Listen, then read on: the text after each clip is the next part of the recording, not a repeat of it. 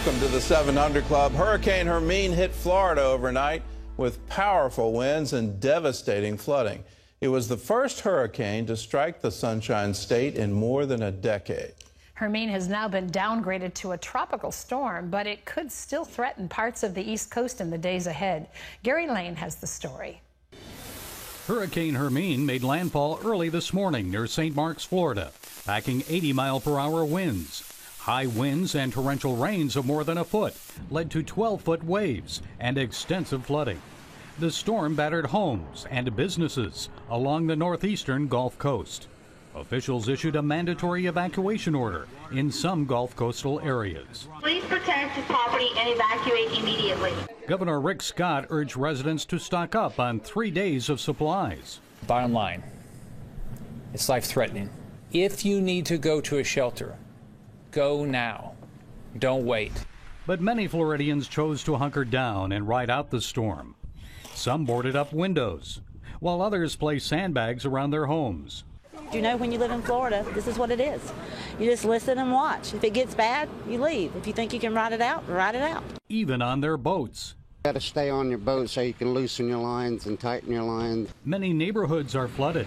Please slow down because these waves go into our houses. Still about 4.5 inches of water inside the house. And as the storm moves up through Georgia, 6 to 8 inches of rain is expected. Flash flood and storm surge warnings are in effect up and down the East Coast. Spin-off tornadoes are also a concern. Hermine is now a slow-moving tropical storm with wind gusts of 50 to 60 miles per hour. It's expected to track up coastal Virginia, the Delmarva Peninsula, and could strengthen again as it moves into the Atlantic off the northeastern coast. So heavy rains, flooding, and gusty winds will definitely put a damper on family holiday plans for millions of people this Labor Day weekend, and even cause problems at the start of a new work week. Gary Lane, CBN News. Well, it seems like the worst of it is over, but if you're on the East Coast, prepare for a very rainy Labor Day weekend. In other news, Donald Trump says he's standing by his immigration plan. Wendy Griffith has that story. Thanks, Gordon. Trump talked about his plan on the campaign trail in the key swing state of Ohio Thursday. Trump lost some support from Hispanic leaders after taking a strong stand on immigration in Arizona. Now he's talking about softening his position, but says his priority is still protecting Americans. We will treat everyone with dignity, respect, and compassion. But our greatest compassion will be for the American citizen. Meanwhile, the State Department now says it will release all of Hillary Clinton's schedules while she was Secretary of State. That will allow reporters to investigate more possible links between the department and the Clinton Foundation. New polls show the race tightening into basically a dead heat between Clinton and Trump. Islamic terrorists attacked a Christian neighborhood in northern Pakistan today. 4 gunmen stormed the colony with bombs strapped to their chests. They opened fire on any Christian they came across, killing at least 1. Local civilian guards immediately stepped in to stop further attacks. Well, it's an international movement against Israel called BDS. It stands for Boycott, Divestment, and Sanctions. Now, about 100 Christian leaders and Israeli Knesset members are working together to fight back against it. Chris Mitchell brings us that story from Jerusalem. Some say serving in the IDF is not the only way of being a soldier for Israel. Israel's safety and well-being are the responsibility of every Jew, of every Christian who loves Israel in every place and at every moment of life. The Knesset Christian Allies Caucus and the Anti-BDS Caucus met for the first time recently here in the Knesset. Their aim? To showcase how important faith-based diplomacy is in Israel's current diplomatic battles. Joseph Sabag of the Israel Allies Foundation is spearheading the effort to push for legislation in the United States to fight the BDS movement against Israel. In May of 2015, South Carolina became the first state in America to adopt modern legislation regulating against the problem of commercial discrimination and boycotts against Israel. Since then, a dozen additional states have also taken action. The BDS movement focuses its campaign on Israeli companies operating in the West Bank, which encompasses biblical Judea and Samaria. Ironically, this affects Palestinians greatly. because when Israeli companies move, Palestinians lose good-paying jobs. Critics say the BDS movement isn't about justice or helping the Palestinians. The danger of BDS is that Israel will lose its legitimacy to defend itself and ultimately lose its legitimacy to exist as a Jewish and sovereign state. Our enemies understand this very well.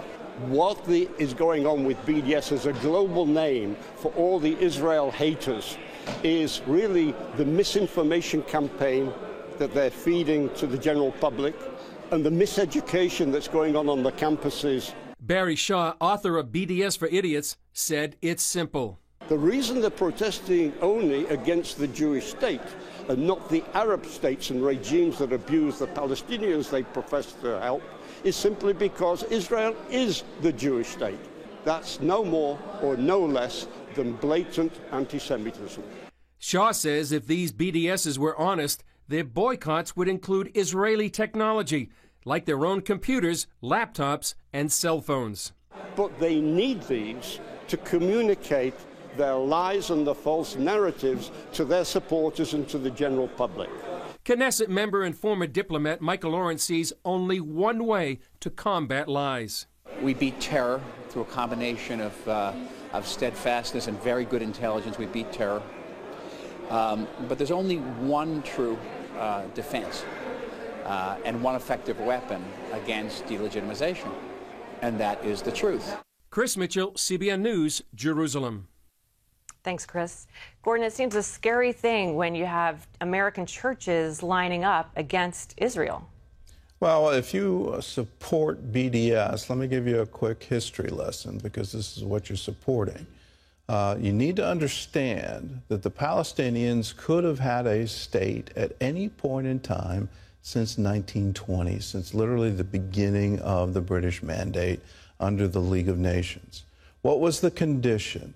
Well, the condition was recognizing that the Jews had a right to live in the land and recognizing Israel's right to exist.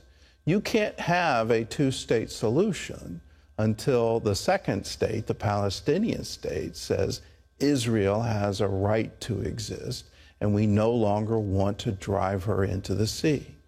Back in 1967, right after the Six-Day War, so let's go back to 49 years ago, Israel offered the West Bank back and said, we will establish and we will agree to a Palestinian state there, offered not just the West Bank, but also the Gaza Strip.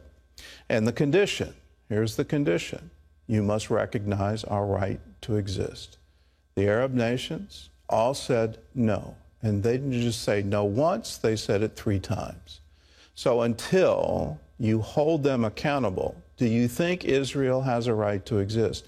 Will you lay down your arms, your weapons, your terrorism? Will you stop trying to drive them into the sea?